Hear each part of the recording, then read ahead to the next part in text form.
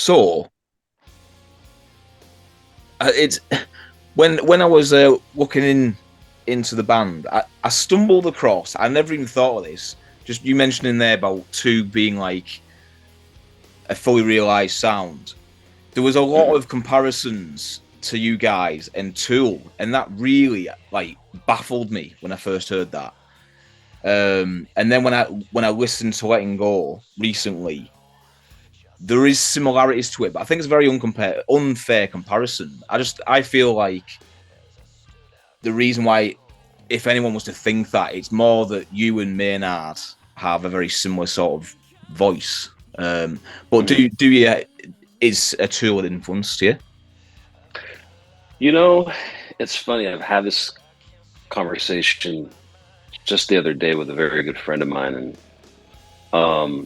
back in the early '90s when they came out, when Undertow came out, Mm, I fucking loved that record, as mm, did millions of people. Like, it was just such a raw, gritty, dark, but dark in a different way than everything that was happening at that time. yeah, The guitar sounds were just really, they weren't, back then it was all these big 80s, reverb on everything. And this was just really dry, like in your face, just really intimate right there. And in those days, that record rarely came out of my player, along with all the other stuff I was listening to: Stone Temple Pilots, Alice in Chains, Soundgarden, Nine Inch Nails. I mean, that was what a time for music that was. mm, And so that was one of the CDs that was in there, and we were all listening to it. It was new. No one was doing what Tool was doing the way they were doing it at that time. And so cut to, moving forward throughout the years, they sort of started to lose me, not because I didn't like the band. It became a commitment to listen, because the length of the songs and all the different parts. And I'm more of a song guy. I like listening to stuff that's a little easier, and don't have to think as much at times, but I appreciate what they do. A lot of the stuff they do is really intricate. um so I would say that, were they an influence? I mean, their early records probably had as much influence on me as, just as much as the other stuff that I was listening to back then. I think if you listen to if you really listen to the body of work, that I've created, you'll hear all of those things I just mentioned, all of those bands. And that's a normal part of, I think, just evolution. Every band, every artist is influenced by what they were listening to. Just like, I like to metaphorically compare it to food. If we eat healthy, we're generally pretty healthy. If we eat like crap, then we feel like crap and we look like crap. So it's the yeah. same thing. We kind of are what we eat, and we are what we hear. And subliminally, some of these things start to creep through. You know, Back to the comparison, I thought, when I look at it from an outside perspective, I think that the first record, I can definitely see some moments where, ooh, that's a very Tool sounding, inspired moment.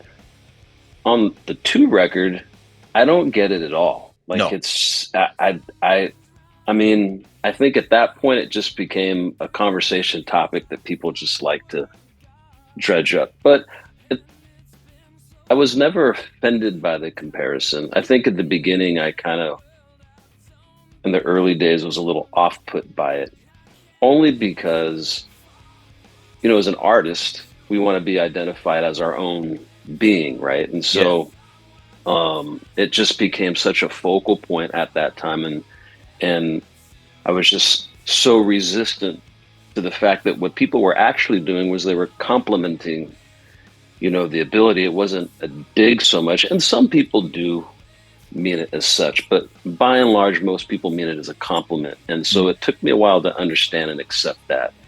Um, but listen, I mean, I remember listening to Stone Temple Pilots for the first time and thinking it was Pearl Jam. Um, Yeah. and they went through the same thing. Yeah. So I mean, it it happens.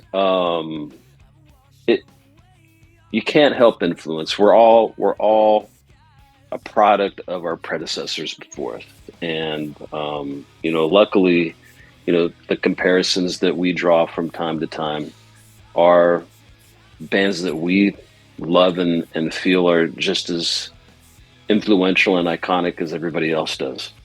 Yeah, I definitely feel it's an unfair comparison. I really feel it's more incidental. I just think that you and me and I just have very similar voices, and definitely with two. I just don't see how you could even compare it. There's elements with the way you approach your vocals on Letting Go where I can kind of hear it, but I don't even like anything after two and onwards. I just can't hear it. So, but like you say, it's not a bad thing. Also, since we were talking, you asked me earlier about, what changed on the Silver Lining that made it such a different sounding record. Yeah, As we're talking about this, it also has occurred to me that on the first record was also a different group of guys on the first record than there was in the second record. yeah, And so the bass player that we had in the beginning of the band on Letting Go, who wrote most of the songs musically on that record, he was a big Helmet, Tool, like he was really Bauhaus, like he was really heavy into those bands at the time. So uh, absolutely, there was probably from his end, again, subliminally, some of this influence of sounds that he preferred, that he liked and loved, and it just coincidentally so happens that at times, my voice can seem similar, I think, to a lot of different things, quite mm, honestly. The if we're talking about singers that I just love, that it probably, I feel like, really seeped through more than anything. I mean, Scott Weiland's a big one. Chris Cornell's a big one. Uh, Ed from Alive is huge. Like I'm the one of the biggest live fans. Like I still listen to that record, or records, I should say, all the time. Like yeah. I would say, I'm surprised nobody has said, "God, he sounds just like the guy from Live." I mean that band. It's just so musical, and I just, again, not that I'm ever trying to sound like it, but if I listen to my natural voice, again, I think there's just you could draw a lot of similarities to a lot of different artists out there.